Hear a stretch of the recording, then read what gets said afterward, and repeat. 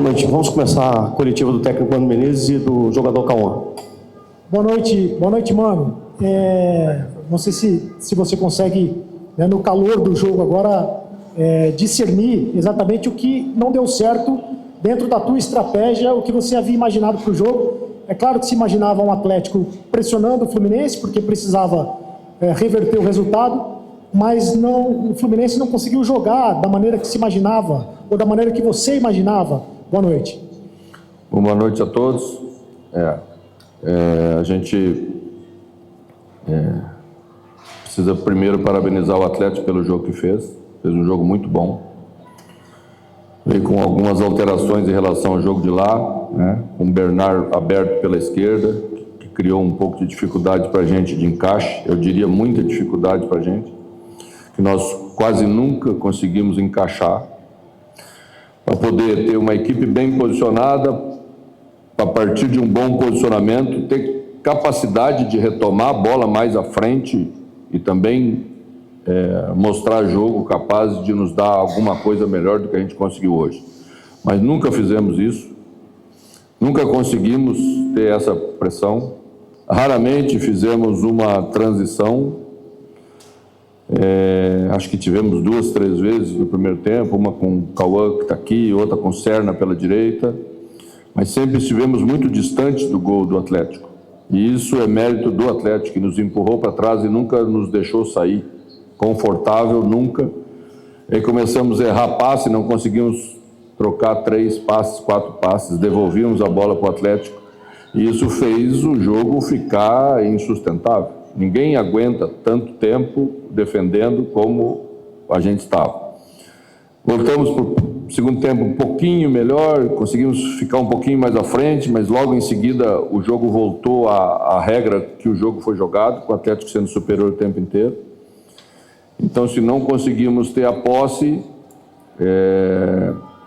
optamos por colocar mais um defensor e empurrar os alas mais abertos para tentar evitar que a bola chegasse na área. Mas nem isso conseguimos fazer bem com linha de 5. Tanto que o segundo gol que tomamos foi exatamente de uma bola cruzada na nossa área, né? Mas o Atlético tem todos os méritos da classificação, foi muito superior a gente hoje. E a gente parabeniza eles e reconhece que eles foram superiores e mereceram a classificação. Ô, Mano, boa noite. Igor Assunção, da Rádio 98 FM. Adroaldo, manda um abraço para você. Igualmente, Padroaldo. Eu queria que você falasse um pouco a respeito do que o Atlético fez no segundo tempo, que atrapalhou ainda mais o time do Fluminense. Quando o Davidson entrou, ficou ali como referência, e atrás tinha a linha com o Hulk, Paulinho, Arana mais centralizado e o Scarpa aberto. Isso, de alguma forma, também atrapalhou essa linha de 5 que você tentou fazer? A gente, a partir do momento que não consegue ficar com a bola, você precisa se sujeitar a defender o tempo inteiro. E aí quem tem a bola, e é muito mais gostoso de jogar futebol com a bola, e o Atlético tem uma qualidade de jogadores que fazem isso muito bem, nos submeteu a uma variação de jogada que a gente não conseguia marcar, não conseguimos marcar, né? Depois encaixamos um pouquinho melhor com a entrada de um defensor mais por dentro, mas mesmo assim nunca tivemos volume, né? Acho que os méritos são do adversário e logicamente que os deméritos são nossos. Nós vamos reconhecer que não fizemos um jogo à altura de poder sair daqui com a classificação. Mano, Bárbara Mendonça, GE. Globo, tudo bem? Falando de hoje, mas também projetando o restante do 2024 do Fluminense, anteriormente, em meio a uma crise um pouco mais grave no Campeonato Brasileiro, o Fluminense usava o desempenho na Libertadores como motivação, como um ímpeto um pouco maior para correr atrás de resultados, para tentar uma volta por cima, e agora restou o Campeonato Brasileiro por causa de um jogo em que você mesmo disse que o Atlético foi superior, mereceu a classificação. O que você tira de lição desse jogo e como é que você pretende motivar os seus jogadores pensando no restante da temporada? Bom, minha vida de técnico sempre procuro olhar para o jogo como um todo.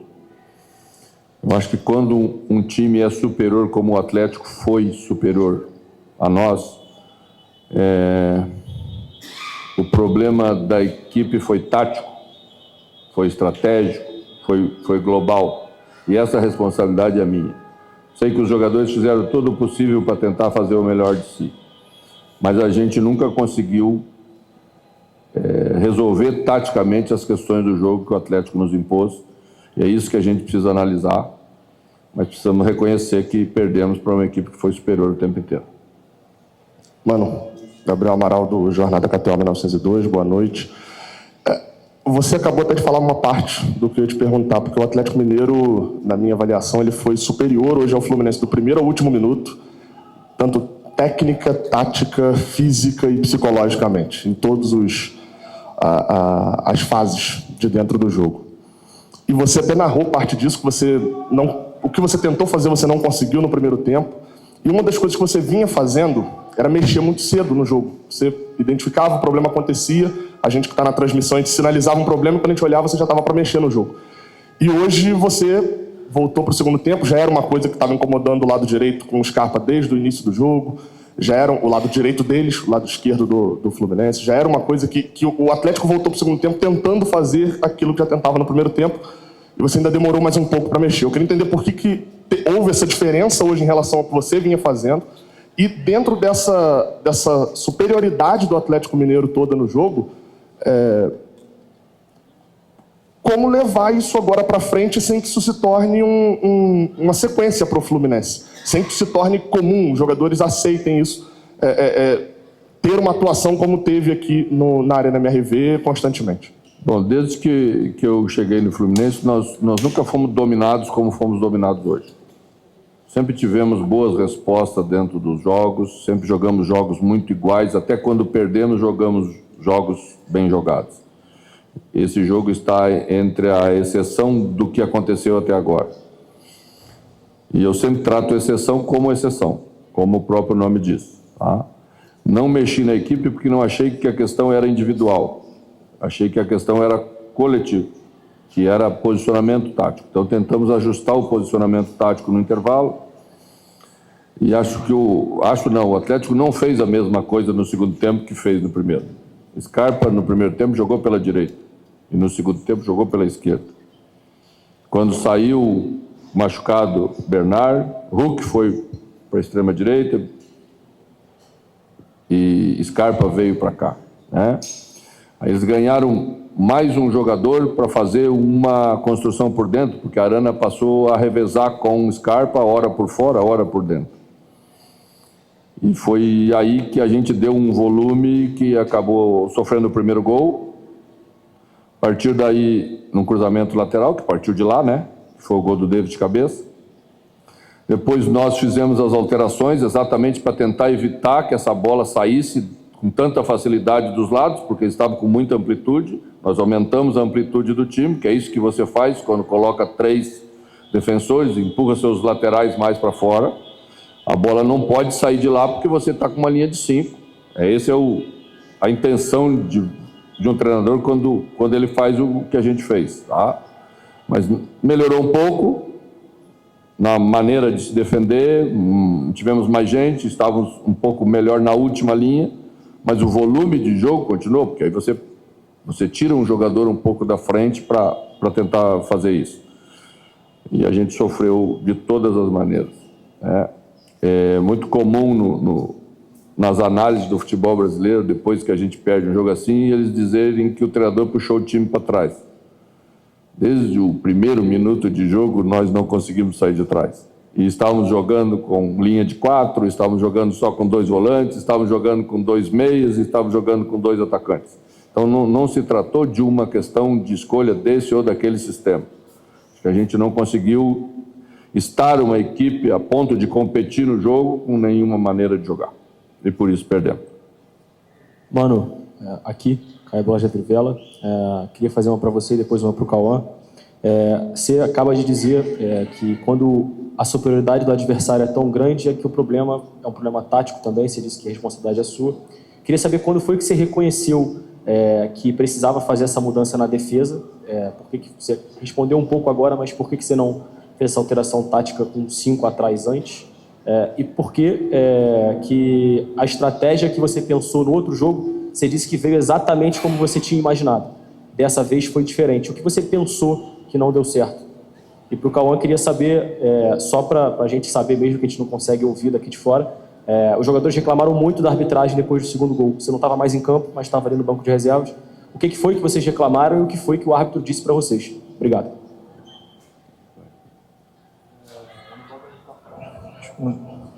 No banco a gente estava percebendo no jogo que foi falta no Martinelli, mas da visão do árbitro a gente não tem como interferir nisso.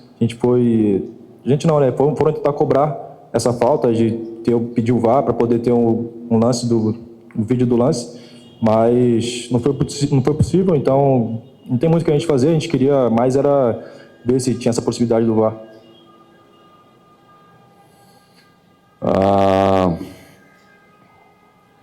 Acho que 30 segundos antes de nós tomarmos o primeiro gol, a gente já tinha decidido que ia fazer a alteração. Mas é isso, o futebol é isso, é uma fração de segundo para lá, para cá. Volto a repetir, assim, a questão não foi a escolha de jogar dessa maneira ou de outra maneira, né? Porque alguns dias atrás no jogo eu coloquei o terceiro zagueiro e também fui criticado porque coloquei o terceiro zagueiro. Quando a gente não faz bem, nenhuma maneira de jogar é boa. E eu acho que a gente não fez bem e por isso que a gente perdeu. Boa noite, Mano. Boa noite, Cauã. Queria fazer uma também para cada um. Primeiro do Cauã, saber a visão de um jogador também, né, que estava dentro do gramado, né, o que vocês mais sentiram dentro do gramado. Por muitas vezes a gente via que os jogadores do Fluminense estavam em inferioridade numérica na jogada, estavam com dificuldade de tocar o passe, né, o passe certo. Como é que vocês se sentiram ali dentro do gramado? Foi um nervosismo? Foi uma superioridade mesmo tática da equipe do Atlético? E para o Mano também, queria saber de você, né, porque muitas vezes o John Arias ele acaba sendo um desafogo quando o Fluminense está atrás, o Serna consegue sair, mas hoje a gente não conseguiu ver também eles sendo um tanto desafogo assim para atrapalhar também, incomodar um pouquinho a defesa. Você acredita que isso também, o desempenho um pouquinho abaixo do Arias e do Serna como forma de ser um desafogo pelas pontas para incomodar, mas o Atlético Mineiro também atrapalhou o jogo? Cara, eu acho que, como o Mano falou, eles foram superior a gente hoje. Tava mais difícil de jogar porque o time dos caras estavam bem fechado, estavam bem compactados, então estava muito difícil às vezes de fazer um contra-ataque, de sair jogando. E acho que não faltou imposição de ninguém, eu acho que não faltou nada, a gente não conseguiu fazer o que a gente queria fazer. E no jogo tem isso, um time vai fazer o que quer, o outro não, às vezes não consegue, mas a gente sempre tenta dar o melhor para poder sair da jogada, conseguir virar ao lado, mas infelizmente não foi possível. Bom, você sabe que a gente acompanha e estuda os adversários contra quem a gente vai jogar, lê muito para tentar ter todas as informações. O Atlético sempre quis empurrar a Arana na última linha, tanto no jogo que jogamos aqui, tanto no jogo do Maracanã. Não conseguiu fazer porque nós fomos competentes e não deixamos. Se você olhar objetivamente no jogo, sobre quem foi marcada a penalidade máxima? Arias dentro da área marcando Arana, né? Esse é o sinal do jogo. O Atlético fez bem, empurrou a gente para trás e Arias teve que se tornar um marcador. É péssimo para nós quando o Arias tem que se tornar um marcador, porque é sinal que ele está jogando muito longe do lugar que nós precisamos e que é o melhor dele, que é perto do gol do adversário. Aí está os méritos do Atlético de ter feito isso bem, obrigando a gente a se tornar um time defensivo, muito defensivo, com linhas muito baixas. E aí explica o fato de não conseguirmos ter saída para a transição, para os contra-ataques, quase nunca. Mano, Thiago Maia do Podfute. Nos últimos jogos, o Atlético vinha jogando com uma linha de 4. Assim fez no Maracanã. Hoje o Atlético voltou para uma linha de 3, que deu muito certo, inclusive durante a temporada, o início do Milito. E essa profundidade, essa amplitude que você mesmo disse, o primeiro tempo com o Scarpa pela direita e o Arana pela esquerda, depois inverteu o Hulk de um lado e o Scarpa do outro lado. Você esperava que o Atlético mudasse essa plataforma depois de alguns jogos jogando com o tradicional 4-2-3-1 e hoje praticamente aí um 3-4-2-1? Olha, eu acho que as escolhas de Fux e mais 2 centrais, hoje Lianco e mais 2 centrais, já caracteriza a intenção de armar com linha de 3 e empurrar a Arana e baixar um pouco Scarpa para ser um ala pelo lado direito. Não tem muito sentido você colocar esses 3 jogadores. Então, o Atlético sempre teve a intenção de fazer isso, né? É que às vezes você tem intenção e não consegue. E hoje teve intenção e conseguiu fazer bem, e nós não conseguimos neutralizar isso. Mano, boa noite. Boa Prazer noite. em revê-lo. Igualmente. Acabou o sonho do bicampeonato da Libertadores para o Fluminense. O time só tem o brasileiro, está lá embaixo. Para quem já superou a batalha dos aflitos, o que o comandante pode falar para o torcedor sofrido do Fluminense? Dá para garantir para ele, mano, que o Fluminense não vai cair? Eu não gosto de frase de efeito, gosto de trabalhar todo dia para atingir os objetivos, e o nosso objetivo hoje é sair lá de baixo da tabela. Não é possível ganhar Libertadores toda hora, né? É muito difícil.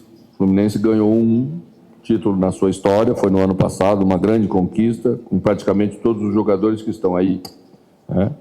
Mas o futebol não se repete, às vezes no ano seguinte a gente não consegue encontrar os mesmos caminhos e às vezes as explicações nem cabe ficar externando, porque não é isso que a gente tem que fazer. Não conseguimos ir além das quartas, né? E agora temos que nos voltar unicamente para sair da situação que temos que conquistar 6 vitórias no mínimo, nesses 12 jogos que temos pela frente. Já temos aí uma tarefa difícil em Goiânia, no final de semana, depois do Cruzeiro, se não me engano, e assim vai. E temos que fazer bem, nos preparar bem, nos recuperar bem. A gente não pôde tirar o pé quase nunca da equipe, né? Você vê que nos últimos jogos alguns adversários conseguiram fazer a rotação maior do grupo, nós não podemos, em função do que assumimos, da condição que o time está. Então temos que voltar a fazer as coisas certas, como eu sei que os jogadores sabem e têm condição de fazer, para voltar a vencer aí no Campeonato Brasileiro e sair dessa situação, e vamos fazer isso. Boa noite, senhores. Obrigado.